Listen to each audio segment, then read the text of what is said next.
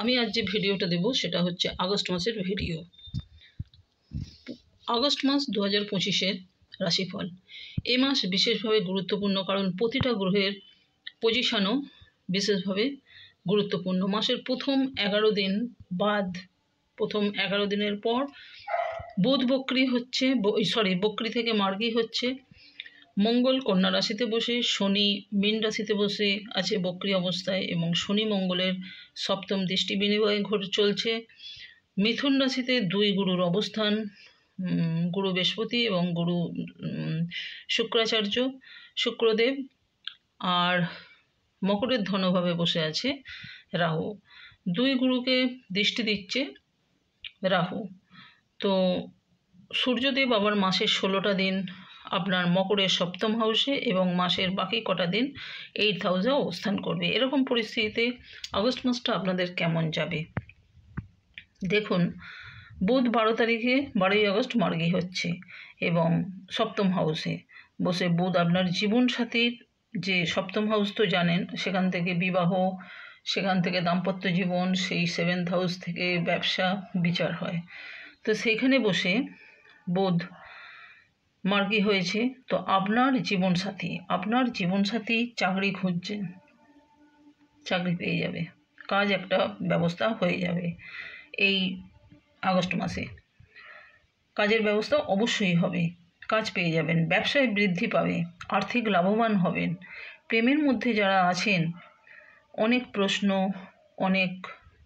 আসবে, অনেক প্রশ্ন করবে, মানসিকভাবে আপনি বিধ্বস্ত হবেন। তো সেই জায়গাটা একটু খেয়াল করে চলবেন। তো মার্গী বুধ ব্যবসার ব্যাপক পরিবর্তন আনবে এবং শেয়ার মার্কেটে যারা আছেন সেই শেয়ার মার্কেটেও বিশাল পরিবর্তন আসবে। এটা কিন্তু অবশ্যই দেখে নেবেন, ব্যবসা বা শেয়ার মার্কেট বিশাল পরিবর্তন হবেই হবে। আপনার রাশি অধিপতি শনি 3rd হাউসে বক্রী অবস্থায় বসে সূর্য মাসের 16 দিন আপনার রাশিকে দেখবে, কর্কট রাশিতে বসে মকর রাশিকে দেখছে। তারপর বাকি দিন অষ্টমভাবে চলে যাবে। সূর্য হচ্ছে সলিউশন মেকার। সূর্য এমন এক গ্রহ, আপনার জীবনে অনেক কিছু চেঞ্জেসের কারকেই সূর্যদেব। মাসের 16টা দিন সপ্তমে বসে সূর্যদেব কি করবে, আপনার মেন্টাল টেনশনকে বাড়াবে। তো এটা বাইরে থেকে আসবে না। এক তো সূর্যদেব সপ্তমে বসে, তার ওপর এটা বাইরে থেকে আসবে না, এটা অটোমেটিক আপনি নিজেই এই টেনশনটা তৈরি করবেন। কথায় কথায় বিবাদ তৈরি হবে অকারণে। ওভার থিঙ্কিং আপনার ভিতরে ইগো বাড়িয়ে দেবে, সমস্যা তৈরি করাবে।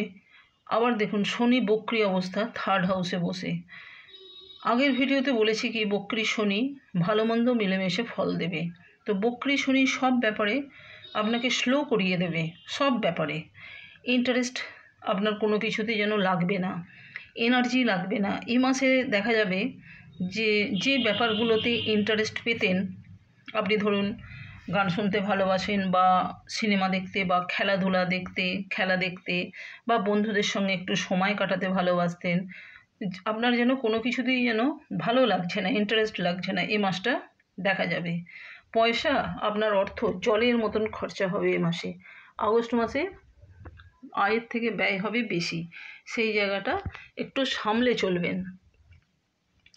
17ই আগস্ট রবিবার সূর্য নিজের ঘরে প্রবেশ করছে সিংহ রাশিতে, সেখানে বসে আছে কি কেতু। তো কি করবেন আপনারা, সকালে উঠে প্রতিদিন সূর্যদেবকে একটু জল দিন। আর কেতু একটু পুজো আচ্ছা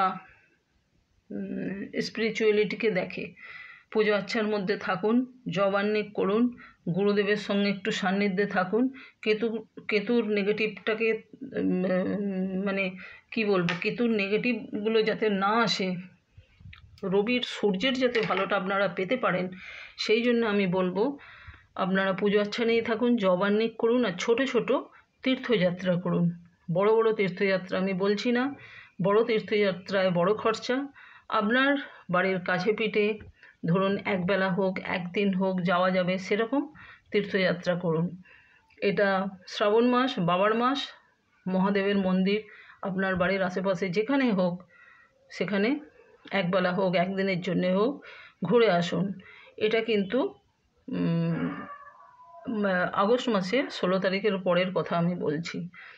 তো এখন থেকে করলেও কোনো অসুবিধা নেই, আপনাদের ভালো, আপনাদের নিজের জন্য ভালো।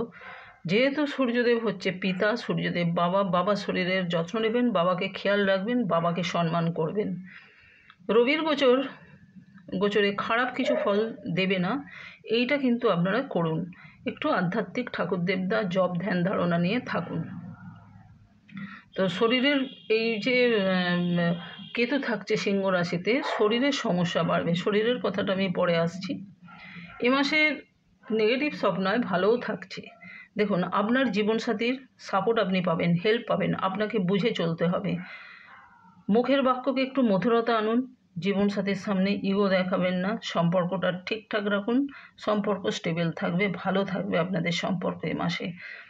আর আপনার ওয়ার্কিং প্লেসে আপনার ইনকাম যেখান থেকে আসে সেখান থেকে আপনার ভালো কাজের জন্য আপনার রেকগনিশন হবে, কিছু না কিছু গিফট আপনি পাবেন, কিছু না কিছু, এটা হবে। এটা এক ভালো গেল। আরেকটা হচ্ছে স্টুডেন্টরা এ মাসে ভালো ফল করবে, কোনো সমস্যা থাকছে না। শনি বক্রী, পড়াশোনার জায়গাটাকে শনি খুব ভালো করাবে। যারা পড়াশোনা নিয়ে আছেন, যারা স্টুডেন্ট, সে লোয়ার লেভেল হোক, হাই লেভেল হোক, মিডল লেভেল হোক, আমি সব লেভেলের কথা বলছি, পড়াশোনাটা ঠিকঠাক চলবে, পড়াশোনা নিয়ে কোনো সমস্যা থাকছে না। যে লেভেলে পড়াশোনা করছেন ভালো হবে, বিদেশেও পড়াশোনা যারা করছে বিদেশের ক্ষেত্রেও ভালো হবে। মাসের অর্ধেক সময় থেকে সূর্য থাকছে নিজের ঘরে, পড়াশোনার জায়গা খারাপ কিছু থাকছে না। যারা স্টুডেন্ট, আমি বলবো প্রত্যেক দিন আপনারা সূর্যদেবকে প্রণাম করুন। আমি বাবা মায়েদেরও বলবো আপনারা সন্তানদের অভ্যেস করান সূর্যদেবকে প্রণাম করা, সূর্যদেবকে রবিবার জল দেওয়া। প্রতিদিন দিলে তো খুবই ভালো, রবিবারটা অবশ্যই জল দেওয়ান। সূর্য জন্মছকে রবির পজিশন খারাপই থাকুক আর ভালোই থাকুক, অভ্যেসটা করিয়ে দিন। এই যে অভ্যেসটা করাবেন, অভ্যেসটা যে কত কাজে লাগবে, অভ্যেসটা অবশ্যই বাবা মাকে দায়িত্ব নিতে হবে। কারণ সূর্যদেবকে জল অর্পণ করার যে কী গুণ, একটা স্টোন পড়তে গেলে অনেক পয়সা খরচা, কিন্তু নিয়ম করে যদি সূর্যদেবকে জল দেওয়া যায়, আপনি 15 থেকে 20 দিনের বাদ থেকে আপনি ফল আস্তে আস্তে বুঝতে পারবেন। তো বন্ধুরা, দেখবেন এ মাসে রিলেটিভদের সঙ্গে আপনাদের সম্পর্ক ভালো থাকবে না, বন্ধু সঙ্গ ভালো হবে। হেলথ ভোগাবে, গাঁটে গাঁটে ব্যথা যন্ত্রণা, বসতে যে উঠবেন সেখানে এক সমস্যা, খুব সমস্যায় ভুগবেন, ব্যথা বেদনা বাড়বে। বড় ইনভেস্ট কখনোই করবেন না, বড় ইনভেস্ট এ মাসে নয়, বা বড় টাকা লাগিয়ে একটা জমি কেনা, ফ্ল্যাট কেনা, একটা গাড়ি কেনা এ মাসে কোনো মতে করবেন না। ব্যথা বেদনাটা একটু খেয়াল করবেন, এটা কিন্তু মারাত্মক বাড়াবাড়ি হবে। ইনভেস্ট কখনো বড় ইনভেস্ট একদম করবেন না, এবং কোথাও টাকা লাগাবেন না। আর খরচাটা মেনটেন করে চলুন, এ মাসে খরচা কিন্তু মারাত্মকভাবে বাড়বে, যে কোনো দিক থেকে খরচা আসতে পারে। 7.5 রেস এখনও কাটেনি, 7.5 রেস এখনও চলছে।